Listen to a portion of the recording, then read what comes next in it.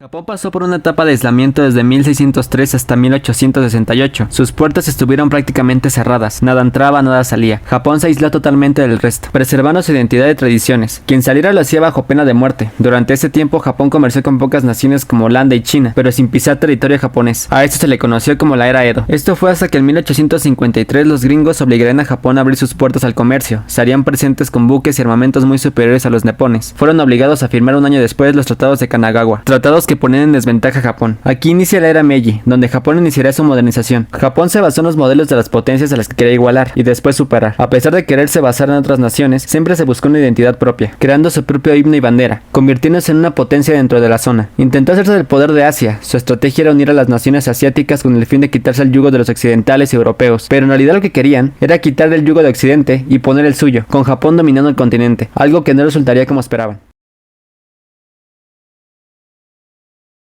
Primera y Segunda Guerra Mundial, el uso de armas biológicas era algo a lo que las potencias ponían mucho empeño. Alemania, Italia, la Unión Soviética, Japón experimentaron con estas armas, siendo los alemanes los que más lo hicieron durante la Primera Guerra Mundial, esparciendo distintos patógenos a otras naciones. El uso de armas químicas y biológicas fue prohibido en 1925 con el Protocolo de Ginebra, que prohibía su uso. Esta prohibición no solucionaría nada, ya que de todas formas se experimentaron con ellas durante la Segunda Guerra Mundial. Por ejemplo, en 1935 Italia invade Etiopía y hace uso de gases asfixiantes ante los etíopes. Durante la Segunda Guerra Mundial, los británicos experimentaron con el Anthrax en Escocia para estar preparados frente a los la Unidad 731, donde se experimentaron el uso de armas químicas y biológicas, también en la Segunda Guerra Mundial, por su experimentación y elaboración durante la Guerra Fría. El 13 de enero de 1993 se firmó un tratado de convención sobre armas químicas que volvía a prohibir el uso de armas químicas y biológicas, tanto su uso como su almacenamiento.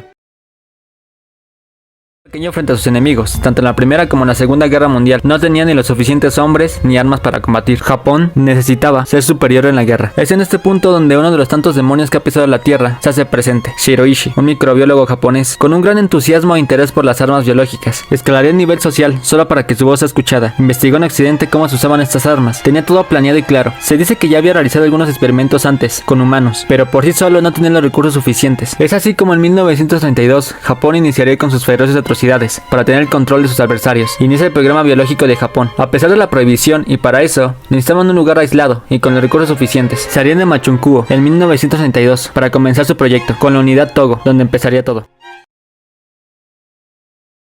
En un principio esta unidad estaba ubicada en la ciudad de Harbin, pero debido a la poca privacidad de la zona, será ubicada a Beijing, una zona más alejada y privada. La unidad Togo, también llamada Fortaleza de Sogma, será construida por los obreros chinos de la zona, los cuales fueron ejecutados una vez terminada la construcción en 1932. Empezaron a secuestrar personas para dar inicio a su proyecto de armas bacteriológicas, entre ellas prisioneros de la zona, prisioneros políticos, guerrilleros y todo aquel con quien pudiesen experimentar. Los experimentos eran variados y aparentemente sin propósito, más que satisfacer sus deseos perversos. Se le extraía dosis de sangre para observar cómo se descomponía el cuerpo humano, les realizaban descargas eléctricas, los dejaban sin comer, los viviseccionaban solo para estudiar ciertos órganos del cuerpo humano. También se les administraban ciertos patógenos para ver su reacción. Su tiempo de vida se calcula era de un mes. En 1935 se produjo una fuga de prisioneros donde algunos escaparían, otros serían capturados y otros más abatidos, dando fin a la unidad. Shiroishi se dio cuenta de que la unidad no era muy segura, así que decidió trasladarse a un lugar más aislado, donde se iniciará la construcción de la Unidad 731, uno de los momentos más atroces de la humanidad. Después del fracaso que fue la unidad Togo para los japoneses, decidieron trasladarse a un lugar más seguro y más aislado, al centro de la ciudad de Harbin. Es así como en 1936 iniciará la construcción tanto de la unidad 731 como de la unidad 100 y 516, donde la unidad 100 se encargaría de crear armas biológicas y la 516 produciría armas químicas. Cabe resaltar que la construcción fue realizada por los habitantes de la zona, los cuales serían silenciados. Todo esto fue disfrazado con el nombre del Escuadrón de Prevención de Epidemias y Purificación de Agua del Ejército de Guantánamo. Aquel sitio se convirtió en una gran ciudad amurallada, donde nada entraba y nada salía sin autorización.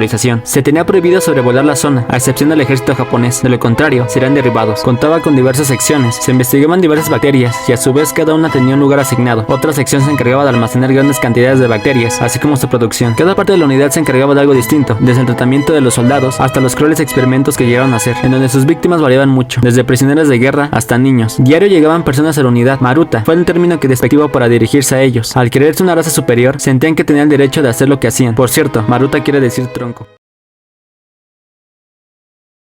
La unidad 731 se encargó de producir diversos patógenos y a su vez estudiarlos, tanto su tratamiento como su efecto en el cuerpo. Las ratas son animales que portan distintos males, y los japoneses lo sabían. Es por eso que eran recolectadas de forma masiva para almacenar y estudiar diversas enfermedades. A consecuencia de esto tenían un criadero de pulgas. Entre tanta peste destacaba el anthrax, la peste bubónica, tifoidea, disentería y el cólera, entre otras. Esto originó que experimentaran con las víctimas. Se les contagiaba de estas enfermedades con el fin de observar qué les sucedía. También se les daba tratamiento para concluir su observación. Cuando ya no se podía experimentar más con la víctima, era biseccionada, aún con vida. Esto para analizar el efecto de los órganos, aún en funcionamiento, para después ser incinerados. Si la víctima lograba resistir, se seguía experimentando con ellas a su muerte. Las víctimas eran sometidas a condiciones extremas, con el fin de probar la resistencia del cuerpo humano. Se les privaba de comida, los ponían a efectos de rayos X, realizaban transfusiones de sangre con distintos animales, así como con cadáveres. También los probaban en el campo de batalla, probando distintos armamentos, golpeándolos, disparándoles o incluso quemándolos, para, según ellos, medir sus condiciones en la guerra.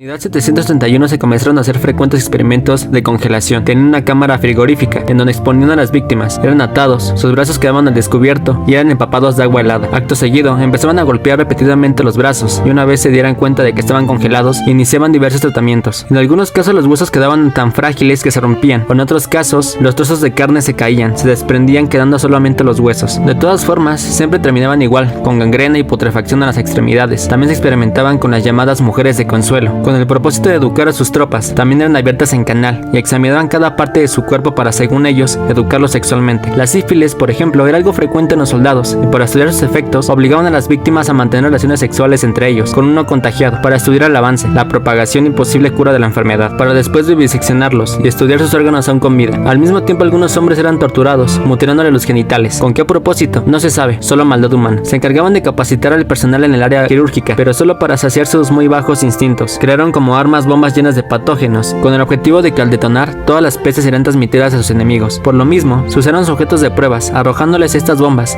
pero sin resultados favorables. Al final, las víctimas eran incineradas. Se iniciaron distintas pruebas en campos abiertos. Querían comprobar la eficacia de las armas biológicas que ya tenían, mayormente en poblados de la zona. En 1939, en el incidente de Nomonhan, se usaron armas biológicas contra los soviéticos. Contaminaron el río, que era una fuente principal para el ejército ruso, con una bacteria causante de la fiebre de tifoidea. Lastimosamente para ellos no les resultó, ya que los que salieron infectados fueron los propios japoneses, y parece ser que su estrategia no representó bajas dentro del ejército soviético. Durante los años restantes hasta 1945, los nipones esparcían patógenos como la peste bubónica o el cólera a distintos poblados chinos. Un avión se encargaba de esparcir las bacterias a todo el poblado, para después presentarse a la población con la excusa de ayudarles mediante una vacuna que también formaba parte de su experimentación. Soltaban distintos animales infectados como ratas, con el afán de presenciar una enorme cantidad de bajas en la población china. La cantidad de personas que murieron tanto fuera como adentro de las instalaciones de la unidad 761 se calcula que ascendía a más de 500,000. Antes de que las instalaciones fueran descubiertas y Japón fuera juzgado, planearon un ataque hacia Estados Unidos, la operación Cerezos de Flor por la noche. La operación consistía en liberar 90 kilogramos de pulgas infectadas de peste dentro de la base estadounidense, pero al final no se llevó a cabo. En 1944, Japón ya se encontraba en desventaja ante sus adversarios en la guerra, por lo que al año siguiente se detuvo el proyecto de armas biológicas, aunque seguirían con los experimentos debido al posible cruce con los rusos, enfrentamiento que se dio el 8 de agosto de 1945. Tras el avance de las tropas soviéticas a Manchuria, donde se encontraban las instalaciones de la unidad 731, Shiroishi y todos los miembros decidieron dar por sentada su derrota. Destruyeron la unidad, mataron a todos los prisioneros restantes, nadie sobrevivió. Todo lo que se sabe es gracias a los testimonios y archivos encontrados y difundidos años después. La destrucción de la unidad daría como consecuencia que poblados cercanos de la zona sufrieran infecciones y diversos contagios, esto debido a los patógenos que se liberaron, incluidos animales. Tras el final de la Segunda Guerra Mundial, los crímenes de guerra fueron condenados, en este caso en los juicios de Tokio. Cabe decir que no se tomaron en cuenta las acciones del Escuadrón 731.